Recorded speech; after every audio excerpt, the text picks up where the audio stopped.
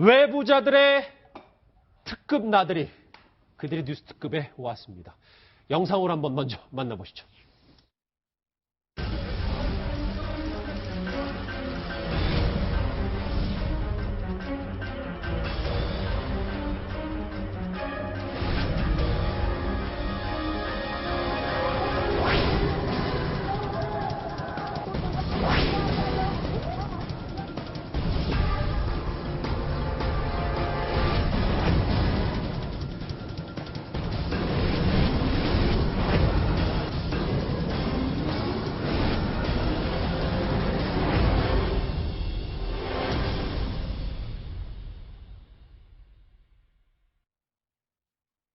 안영환 전 의원 나오셨고요. 전영 의원님이 방금 도착하시는데 천천히 오시면 내일로 오세요. 예. 네, 오십시오. 이 외부자들의 주인공들이 저렇게 어렵게 뉴스 특급 스튜디오를 찾아주셨습니다. 어서 오십시오. 안녕하세요. 네, 안녕하세요. 안녕하세요. 저희가 특급 나들이라고 제목을 붙여봤는데 뭐 제목은 좀 마음에 드십니까? 네. 어떠세요? 뭐 이렇게 원래는 좀 안영환 의원님 네. 물론 뭐 토요일에 진행도 하시고 외부자들에서 활약이 대단하신데 컴컴하고 이제 이 외부자들 느낌에서 이렇게 또 밝은 뉴스 특급 오니까 또 기분이 어떠세요? 일단 밝아서 좋네요. 또 광화문이라서 좋고요. 아, 그때 상암 네, 스튜디오니까 좀 그렇죠. 이제 채널 A 스튜디오가 광화문과 상암동이 있는데 예. 외부자들은 상암동 스튜디오에서 저희들이 녹화 촬영을 하고요. 예. 뭐 여기는 광화문 본사에서 하니까 또 의미가 있습니다. 네 분 다 모시고 싶었는데 또 대표 두 분만 또 저희가 한번 모셨어요. 다음에 나머지 두 분 모시세요. 아니, 얘기를 좀 해봐야 될 본격적으로. 시간이 좀 준비된 시간이 좀 허락한 시간이 많지 네. 않아서. 전 의원님이 네. 작가님이라고 부르는 게 더 편하시죠. 전 작가님이 네. 본인 블로그에 네. 청와대는 요즘 따스한 봄이다라는 말을 올리셨는데 이게 어떤 의미입니까?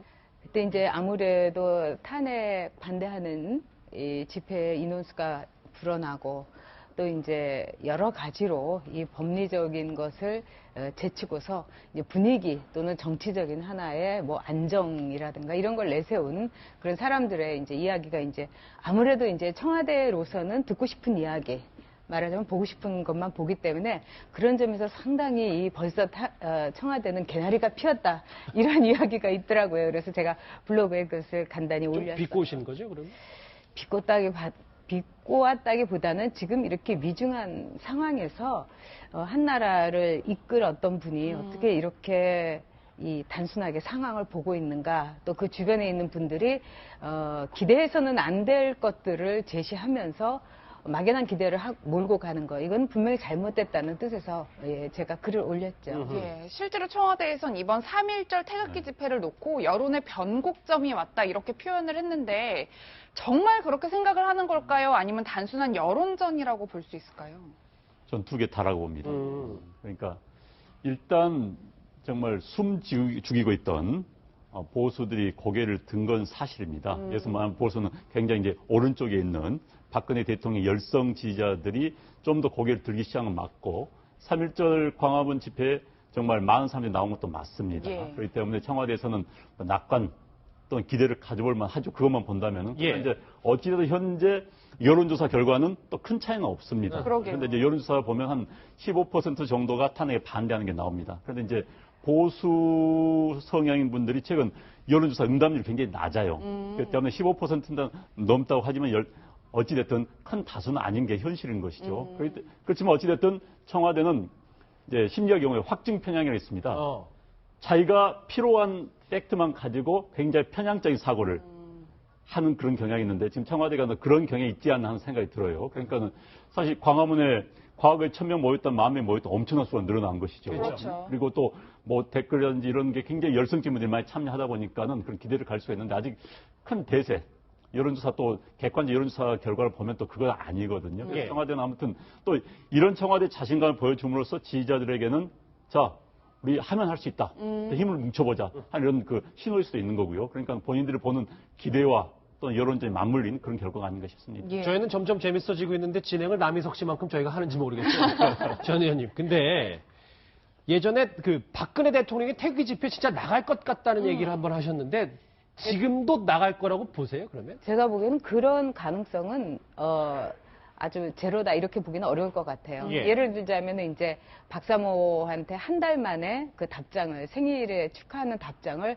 3일절 전날 보낸 거라든가 이런 거는 뭐라고 표현할까요? 그러니까 나를 위해서 동원해 달라, 나를 위해서 일어서 달라는 거거든요.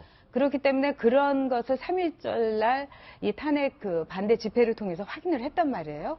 그렇기 때문에 어떤 순간에 있어서는 이 박 대통령께서 절대로 놓지 못하는 게 권력 의지예요. 그렇기 때문에 권력이 없는 박근혜는 생존 불가능하거든요. 그래서 탄핵 그 집회에서 탄핵 기각 집회라든가 반대 집회에서 나의 역할이라도 꼭 해야 되겠다고 생각한다면 언제든지 나갈 겁니다.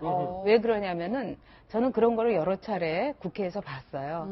그때 세종시 수정안에 대해서 반대하는 것이 대부분의 여론이었습니다. 그럼에도 불구하고 박근혜 그 당시에 전 대표는 이것은 내가 약속을 했기 때문에 정치인 박근혜로서 약속한 걸 지켜야 된다. 이런 명분을 내세우면서 충청표에 대한 완전한 일종의 자기가 몰고 가겠다는 그런 뜻이 있었기 때문에 그분 사상 처음이자만 마지막으로 국회에서 17년 정치 인생에서 반대 토론을 했어요. 세종시 수정안 이거는 모두 반대해달라. 예. 이러면서 한 분 한 분 친박들의 눈을 맞추더라고요.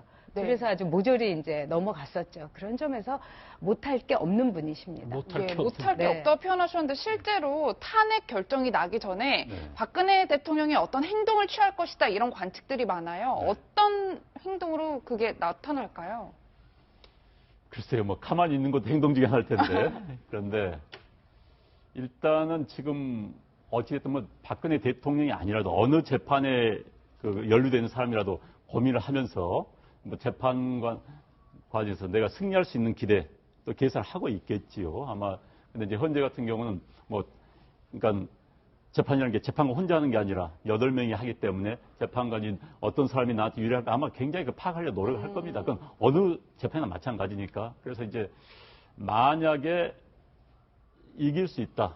3명 이상을 확보할 수 있다는 자신감이 생기면 굳이 나설 이유가 없을 것 같고요. 그런데 이제 뭐 1명 아니면 뭐 8대 0, 뭐 7대 1, 6대 2 이렇게 된다면은 뭐 마지막 어떤 압력을 넣기 위한 행동을 나설 수 있습니다. 그런데 그게 이제 뭐 언론에 대한 어떤 메시지를 던질 수도 있는 거고 뭐 집회에 나올 수 있는데 이제 집회라는 것은 사실 나올 수 있는 집회가 이번 주말밖에 없습니다. 근데 이번 주말은 아직은 헌재가 좀 고민을 하고 있는 상황일 겁니다. 물론 현재 재판관 내부는 개결적 어떤 결정할지 몰라요. 그렇지만 노골적으로 수가 어느 정도 확정되는 그런 단계는 아니기 때문에 한다면 다음 주인데 다음 주 또 주말이면은 현재 헌재가 선고하기 전 3일 전 이건 뭐 정해진 거 아닙니다만은 노무현 대통령 탄핵 당시 3일 전에 예고를 했어요. 선고일을. 그렇다면 10일에 선고를 한다면 7일, 13일에 선고를 한다면 10일에 선고 날짜를 발표하는 겁니다. 그렇죠. 선고 날짜를 발표한다고 한다면 그때 이제 마음이 급해지겠죠. 그런데 그게 이제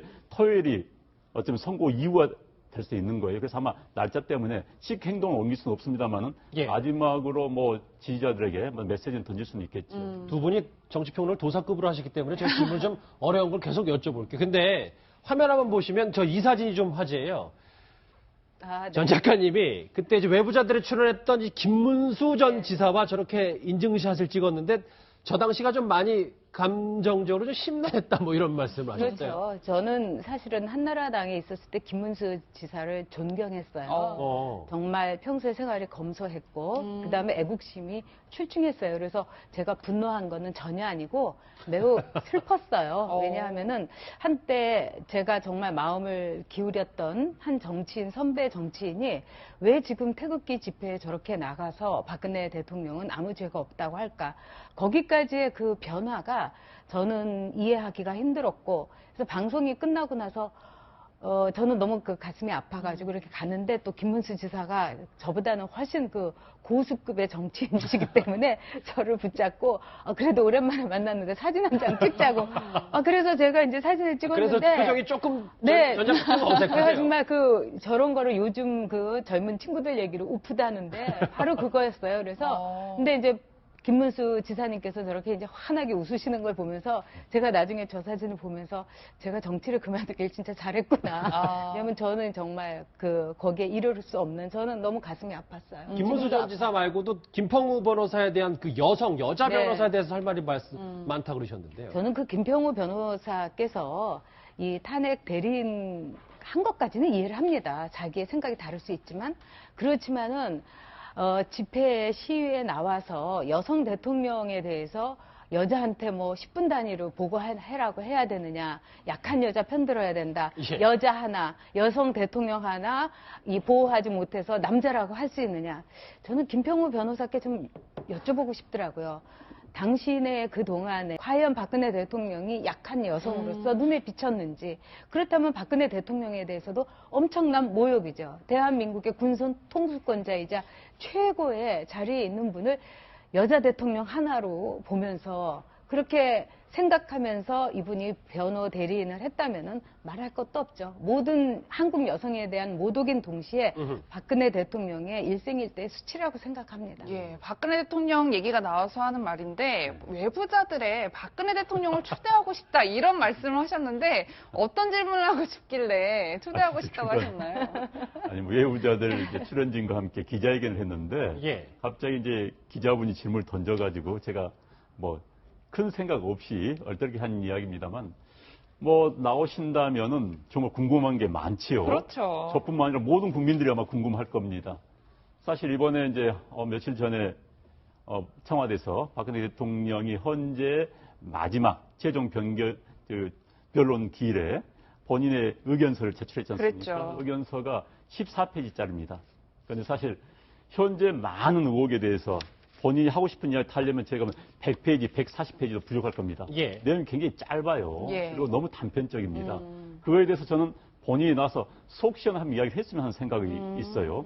과연 최순실의 관계는 다 한 줄, 두 줄이 아니라 정말 내가 어떻게 만났고 어떤 거 정말 각종 언론에서 이른바 단독이란 보도하에 저는 굉장히 미확인 또는 부정확한 보도도 특정 보도가 좀 있었죠. 많이 있었다고 봅니다. 예. 솔직히. 그러면 거기에 대해서 본인이 하고 싶은 이야기를 좀 했으면 좋겠어요. 난 본인이 억울한 부분도 어느 정도 있을 수 있다고 봅니다. 이야기하고 또 하나는 사실 정치는 사실보다 인식이 중요한 경우가 많습니다. 많은 국민들이 인식을 하고 있다는 겁니다. 최순실은 일어난 사람, 박근혜는 이에 대해서 조정을 당한 사람, 그거에 대해서 국민들의 인식에 대해서도 본인이 책임질 의무가 있는 거예요. 정치인은 40분만 아니라 국민이 어떻게 생각하는 것도 본인이 책임입니다. 그렇죠. 그걸 탓할 수가 없는 거예요. 그 부분에 대해서 본인이 이러한 국민들의 인식에 대해서는 내가 어떻게 생각하고 나는 이것서 어떻게 대응을 해야 되는데 못했다. 이런 이야기를 좀 자신 있게 또는 소상하게 나와서 해줬으면 하는 국민의 한 사람으로서의 바람입니다. 외부자들의. 본인이 공부가 안 되신 것 같아요. 그러니까 이른바 최순실 게이트, 박근혜 대통령에 대한 의혹에 대해서 본인이 공부가 안 되신 거예요. 그렇기 때문에 아까 안영환 전 의원께서 말씀하신 대로 100쪽도 낼 수 있습니다. 왜냐하면 할 말이 그만큼 많은 사안이고 13가지 죄목이 있었으니까요. 근데 우리가 공부를 안 하면은 시험 이 답안지를 딱 받아들면 백지를 내게 됩니다. 예. 차라리. 저 같으면 백지를 내고 아예 의견서를 안 내겠어요. 안 내니만 못한 의견서를 낸 거죠. 그런 점에서 박근혜 대통령이 지금 사안에 대해서 나는 아무런 죄가 없고 엮였다, 산더미 같은 거짓말이다. 그거 외에는 아무것도 스스로가 발전한 것도 없고 자기 성찰도 없었다는 거. 저는 그래서 참 가슴 아팠습니다. 저희가 한 30초 정도 시간이 남았는데 시간이 엄청 빨리 가죠. 그렇네요. 두 분께 짧게 하나씩만 여쭤볼게요. 외부자들에서 보이스피싱도 하고 전화도 하고 뭐 여러 대선 주자들과 접촉을 했는데 뭐 꼬리 질문 뭐 나중에 설명 부연설 말고 누가 제일 인상적이셨는지 한 번만 말씀해 주세요. 저는 개인적으로는 문재인 후보가 인상적이었어요. 문재인 전 대표. 왜 그러냐면 문재인 전 대표에 대해서 우리가 뭐 종북이라든가 뭐 이런 이제 덤태기를 씌우는데 이렇게 막상 보니까 굉장히 따뜻하고 인품이 온화한 그 선한 품성이 느껴지는 거예요. 예. 그런데 거기에 대해서 이제 문재인 대표에 대해서 사람들이 얘기하는 게 책 많이 읽은 분치고는 참 말을 못한다. 근데 저는 말을 하려는 의지, 자신에 대한 의혹에 대해서 설명을 하고 설득하려는 의지가 부족하다는 또 그런 점도 봤어요. 예. 안녕하니 의원님. 저는 아직 사실 많이 못 만나봤습니다. 우리 전혁 전 의원님께서는 또 다른 프로그램에서 많이 그렇죠, 만나봤지만 저는 뭐 전화로만 통화했기 때문에 많이 못 만나봤고 아직은 저는 캐시션 마크로 하겠습니다. 좀 더 안 다음에 말씀드릴 수 있겠다. 예. 지금 알게 되면 또 나오셔야 될 텐데요. 그런데 아무튼 지금은 많은 후보들이 정확히 자기 드러내지 않은 상황입니다. 지금 정말 표피만 보고 있는 상태고 그렇죠. 4명까지 정말 옷을 다 벗고 보여줄 수 있는 그때가 돼야만이 국민들이 제대로 심판하고 정말 제대로 된 대통령. 이제는 뭐 홍준표 지사가 아까 보니까 뭐 춘향이 뽑으려 했더니 향가에 뽑았다. 이런 이야기가 더 이상 나오지 않는 그런 대통령이 뽑을 수 있는 그 정도의 정보가 공개돼야 하지 않을까 싶습니다. 근데 우리 예. 국민도 그 대선 후보들이 주자들이 옷을 벗기를 바라면 우리 국민도 벗어야 돼요. 노력하고 시간 들여야죠. 예. 15분이 15초처럼 지나갔습니다. 여러분은 지금 외부자들이 아닌 뉴스특급과 함께하고 계십니다.